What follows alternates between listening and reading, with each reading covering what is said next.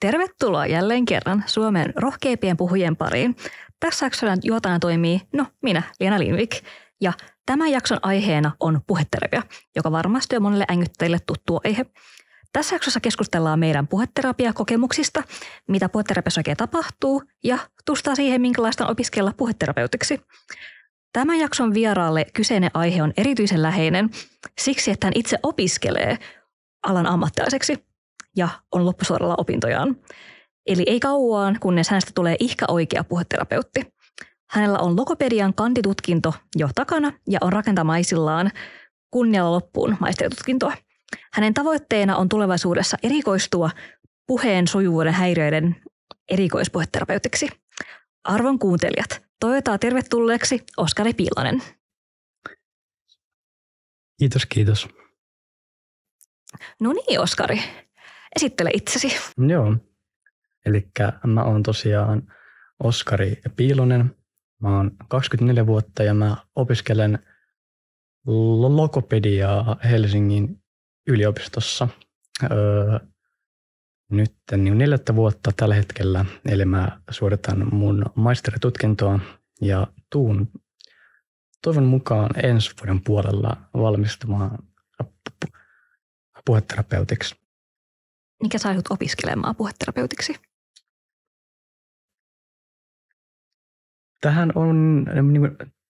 Tähän on parikin syytä. Mulla on tämmöinen itsekeskeinen syy niin siinä, että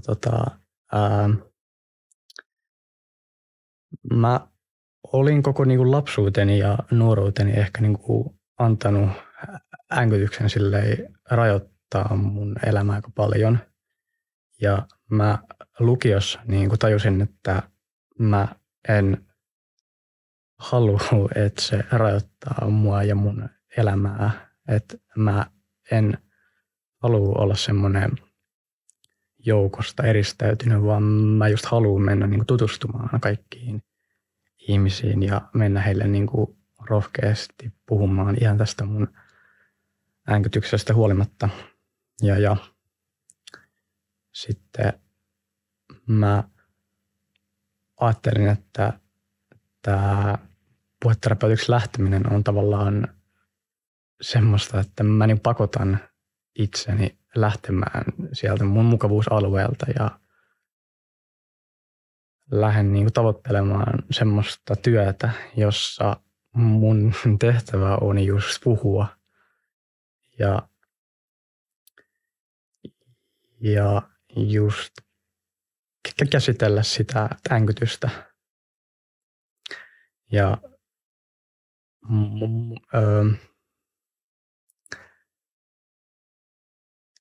sitten toinen syy, joka mua inspiroi tähän, on, että mä oon ollut totta kai mun omasta änkytyksestä aina ihan tosi kiinnostunut ja oon pohtinut paljon sitä, että kuinka tämä mun änkytys toimii ja kuinka tätä voi hallita ja kuinka tähän voi kehittää terveempiä suhtautumistapoja.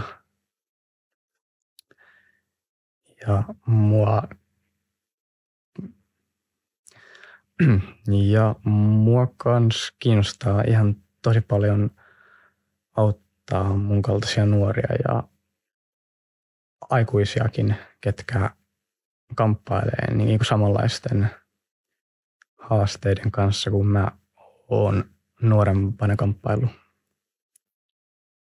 Joo, toi on tosi mahtavaa kuulla, että oot päättänyt lähteä tolle polulle, vaikka on ollut just näitä haasteita, että just toi, mistä just puhuit. Ootko sä huomannut nyt, kun sä oot opiskellut, että kanditutkinto takana ja nyt maisteritutkintoa tekemässä, että onko ollut eroja siinä ehkä opetuksessa, että miten opetetaan vaikka ängytyksestä tai puheterapiasta tai näitä eri tekniikoita tai tämmöistä? No, tuohon meidän tutkintoon kuuluu oikeastaan aika vähän opetusta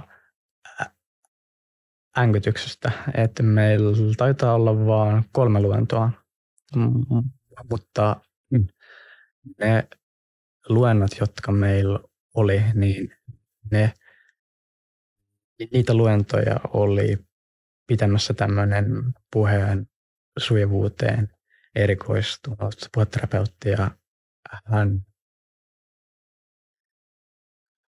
hän piti kyllä ihan tosi kattavat ja hyvät luennot änkytykseen liittyen. Mahtavaa kuulla. Puhuttiin nopeasti, että olit käynyt puheterapiassa. Joo. Mä oon myöskin käynyt silloin, kun mä olin yläasteella. Niin puhutaanko siitä, että minkälaisia kokemuksia meillä on ollut? Haluatko aloittaa vaikka sun tästä puheterapia kävijän matkasta, että minkälaista on olla siellä? Joo, siis mä oon ruvennut käymään siellä jo ihan 3-vuotiaasta saakka, kun mun vanhemmat huomas sen ikäisenä tämän mun änkytyksen ja huolestui paljon siitä. Ja sitten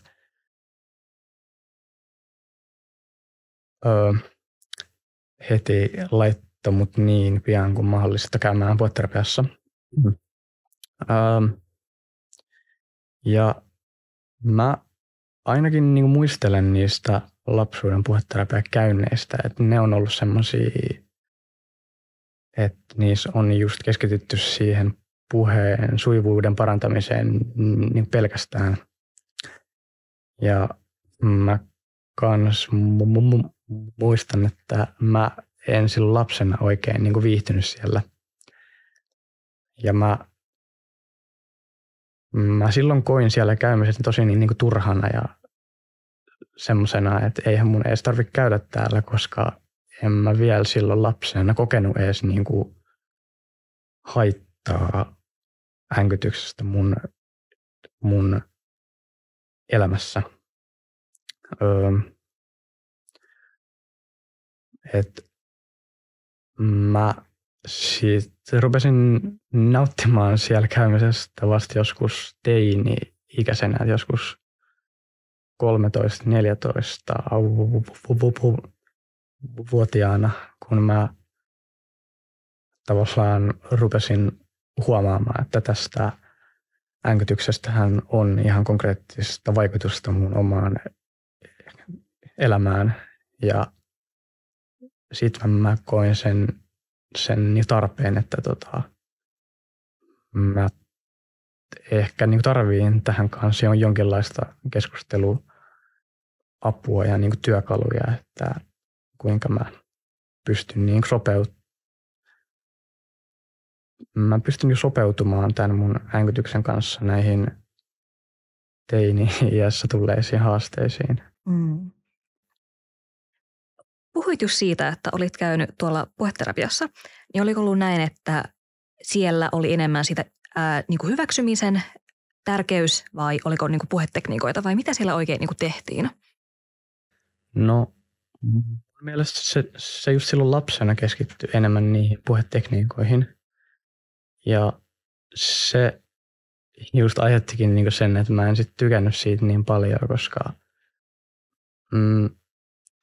siitä tuli jotenkin fiilis, että se tapa, millä mä puhun, on väärä. Ja että mulle koitetaan opettaa jotain, mikä ei tunnu luonnolliselta. Ja mä en silloin oikein tykännyt siitä, mutta sitten kun Mutta sitten just silloin joskus 13-14-vuotiaana mulla taisi vaihtua just puheterapeutti siinä kohtaa. Ja sitten tämän uuden puheterapeutin kanssa se puheterapia ei enää ollutkaan vaan siihen puheen sujuvuuden tekniikoihin keskittymistä, vaan että siellä käytiin läpi ihan kokonaisvaltaisesti tämän änkytyksen vaikutusta mun elämään ja koitettiin löytää apukeinoja ja työkaluja, että joilla mä voisin helpottaa tavallaan mun elämää ja mä voisin tehdä kaikki niitä juttuja, joita mä haluan tästä mun änkytyksestä huolimatta.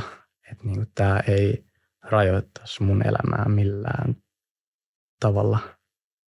Että noin mun teinivuosien kokemukset puheterapiasta on ihan tosi hyvät. Ja just sen takia mä varmaan sit lähdinkin tätä alaa opiskelemaan. Toi on tosi mahtavaa kuulla, että on ollut tommoinen positiivinen kokemus varsinkin yläasteella, kun tarvitaan semmoista turvallista ja hyväksyvää ympäristöä. Itse voin sanoa, että kun mä olin yläasteella puheterapiassa, niin oli hän tosi mukava ja semmoinen, että tykkäsin olla siellä, mutta ehkä keskitys oli enemmän tuohon niinku tekniikoihin. Et siellä oli myöskin sitä hyväksymistä piirteitä, mutta aika usein opetettiin niitä puhetekniikoita.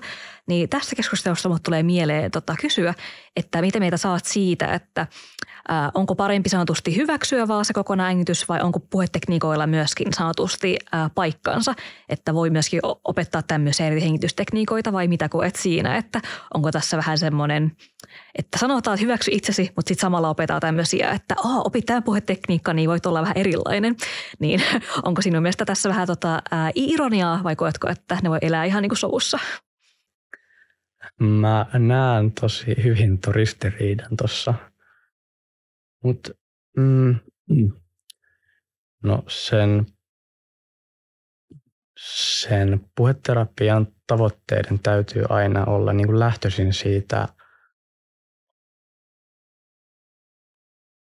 siitä asiakkaasta, että itse puheterapeutti ei voi sanoa, että hei, mä haluan, että susta tulee nyt suivapuheinen ja treenaa näitä tekniikoita ja tälleen.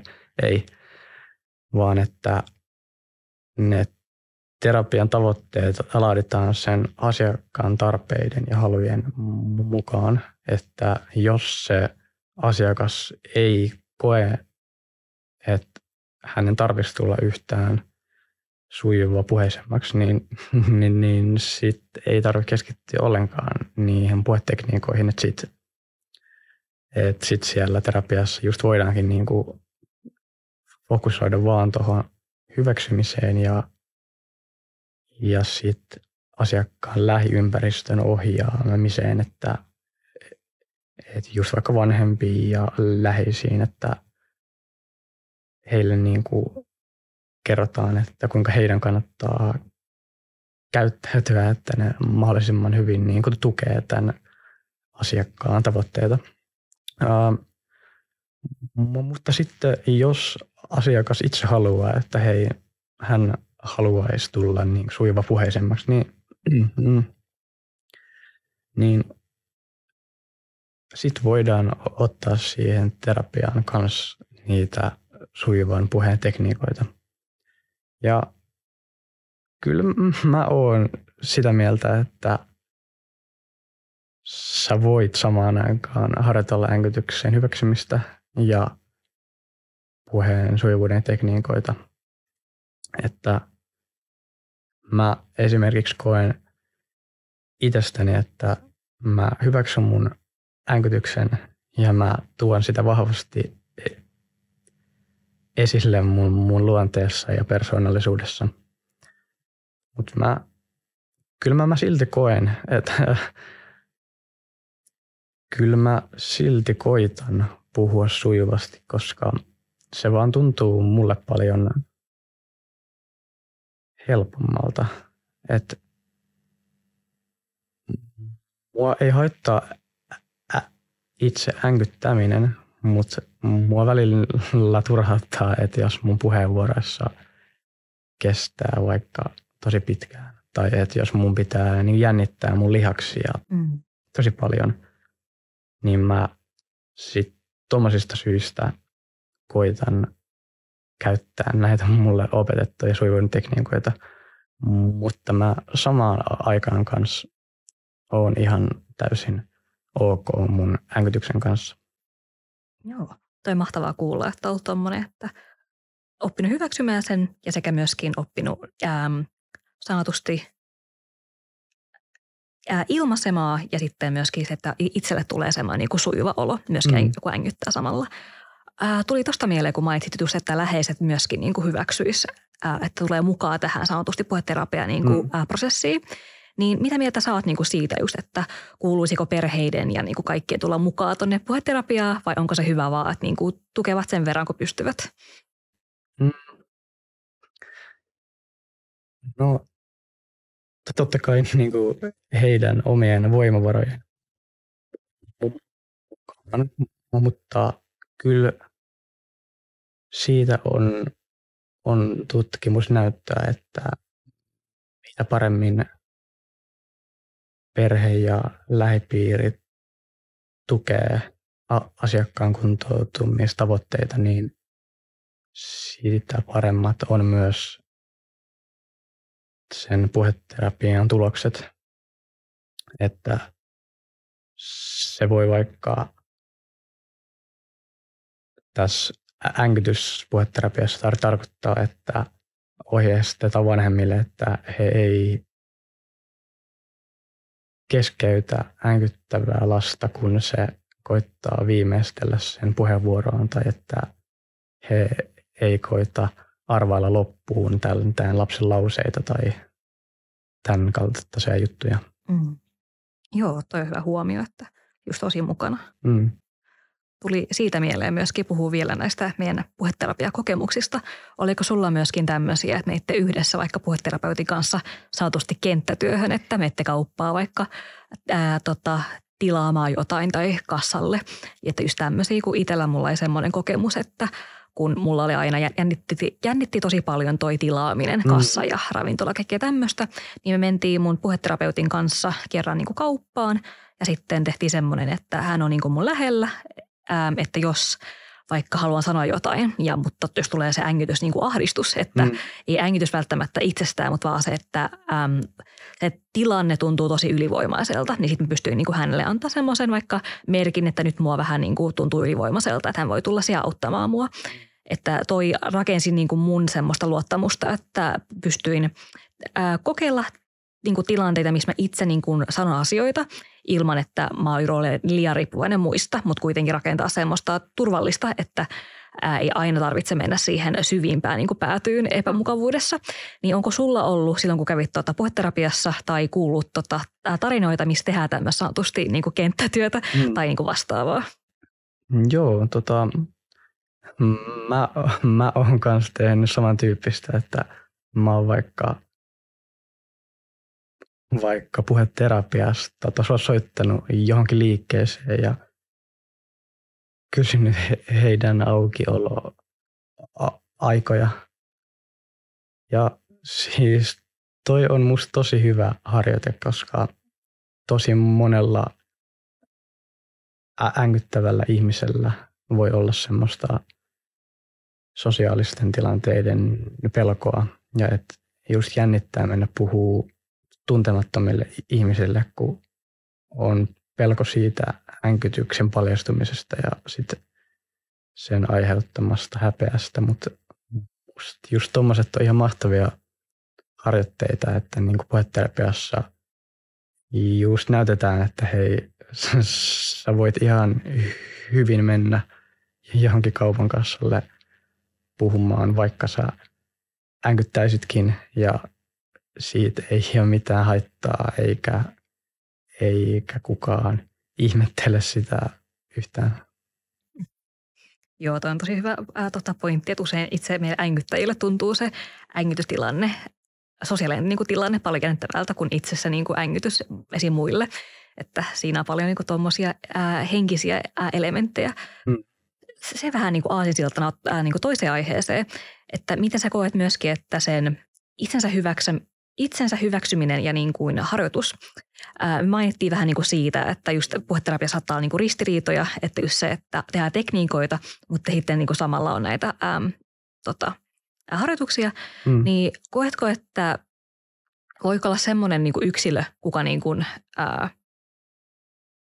änkyttää, käyttää harjoitustekniikoita, mutta ei ole kuitenkaan sujuta änkytyksen kanssa ja niin kuin toisinpäin, että on henkilö, joka ei käytä, mutta on täysin sujuta änkytyksen kanssa? Joo, Mä, mä oon ihan, mä oon ihan tavannutkin tommosia kummankin tyyppisiä ihmisiä, että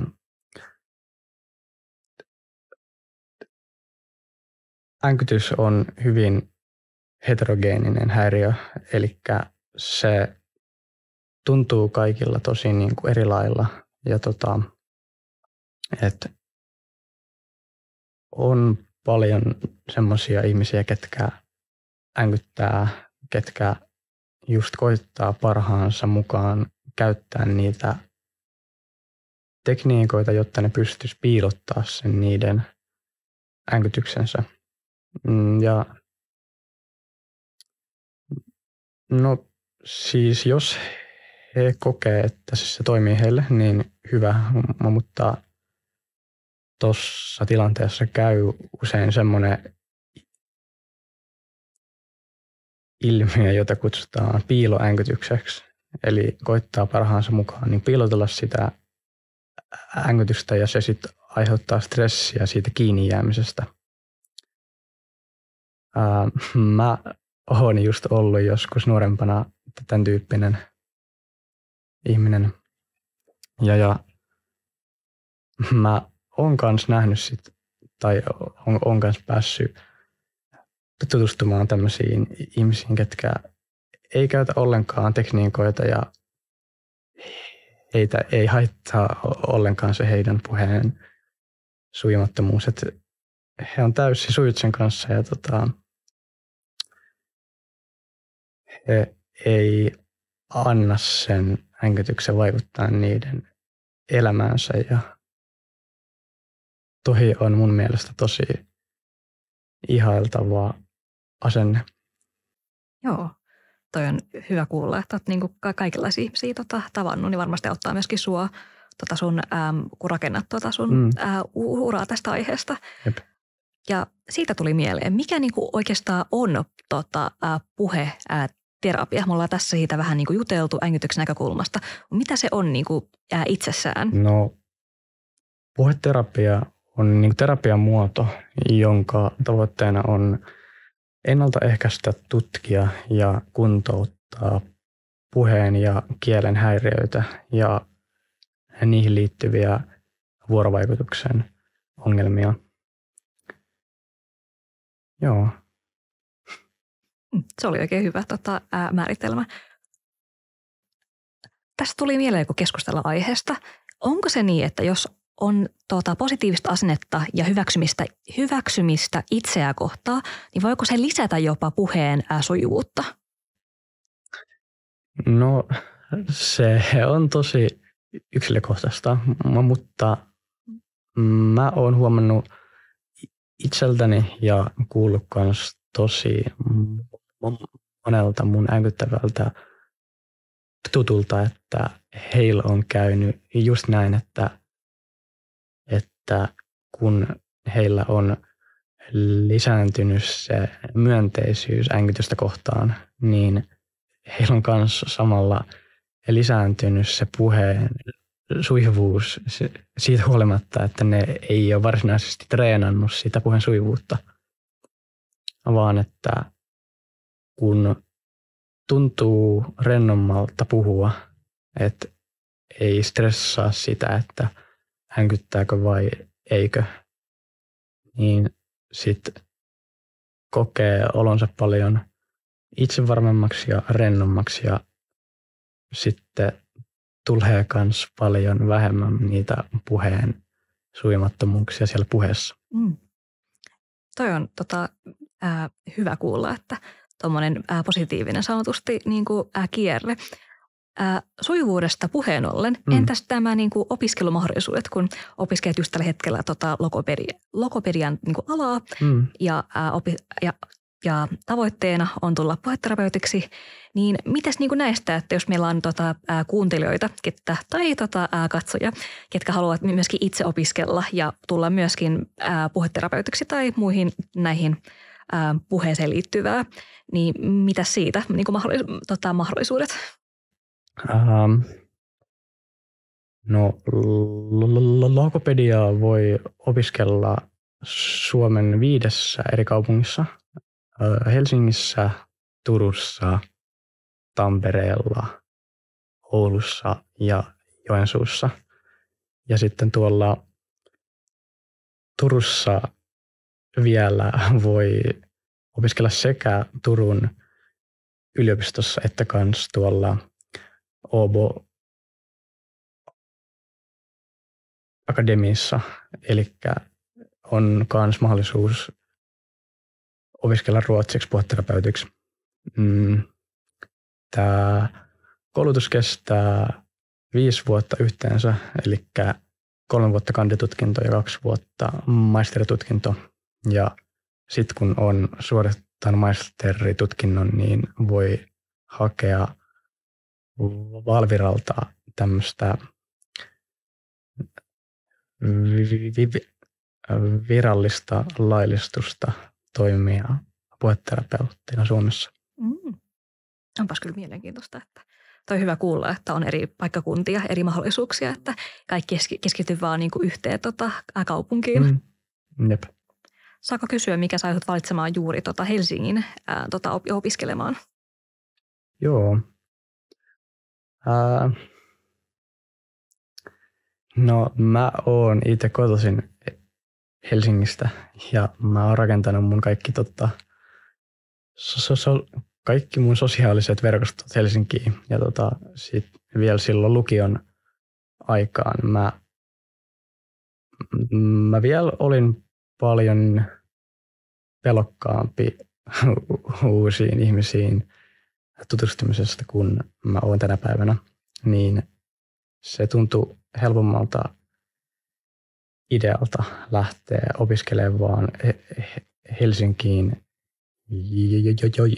jossa mulla on kuitenkin mun kaikki tutut, että ei tarvi ihan täysin lähteä luomaan uusia sosiaalisia piirejä. Jos nyt olisi eri tilanne, että sulla olisi niin nämä samat itsevarmuudet, niin meihitkö niin uskaltaisitko lähteä muualle? Joo, mä lähtisin ihan ehdottomasti Tampereelle opiskelemaan. Mä oon saanut ihan tosi positiivisen kuvan Tampereen logopedian laitoksesta. Hyvä kuulla. Mites muuten, kun nyt te opiskelet puheterapeutiksi, niin miten ängytys on vaikuttanut sun tähän niin kuin matkaan, siihen uralle? Tämä vähän jakaa mielipiteitä, että mä oon törmännyt tässä mun matkalla semmoisiin alan ammattilaisiin, ketkä ei näe ängytystä hyvänä piirteenä puheterapeutilla, vaan enemmän niin kuin semmoisena, että se täytyisi saada hallintaan, että pystyy toimia puheterapeuttina. Mutta mä näen tämän ängytyksen mun supervoimana tässä ammatissa, että mä koen, että tämä tuo mulle semmoista empatiakykyä erilaisia puheterapiaa-asiakkaita kohtaan. Siis siinä, että mä tiedän, miltä tuntuu, kun ei pysty aina sanomaan, mitä haluaa, niin kuin haluaa, milloin haluaa. Ja tosi monella erilaisella puheterapia-asiakkaalla on noita samoja fiiliksiä. Ja mä oon saanut kans ihan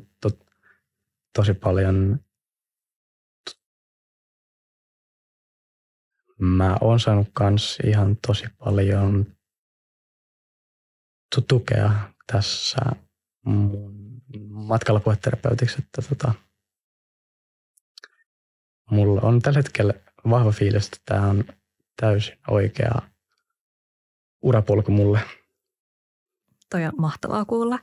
Mulla on tässä keskusteltu hetken aikaa ja jo tästäkin mut tulee sellainen olo, että sä oot just aivan mainio tulet olemaan aivan mainio puhe-terapeutti. Eli voisi sanoa, että tämän jakson tiivistelmänä on ängitys ei ole este unelmille ja voit tehdä niin kuin mitä vaan. Ja ehdottomasti. Kiitokset Oskari Piilonen tämän jakson vieraana ja haastattelusta.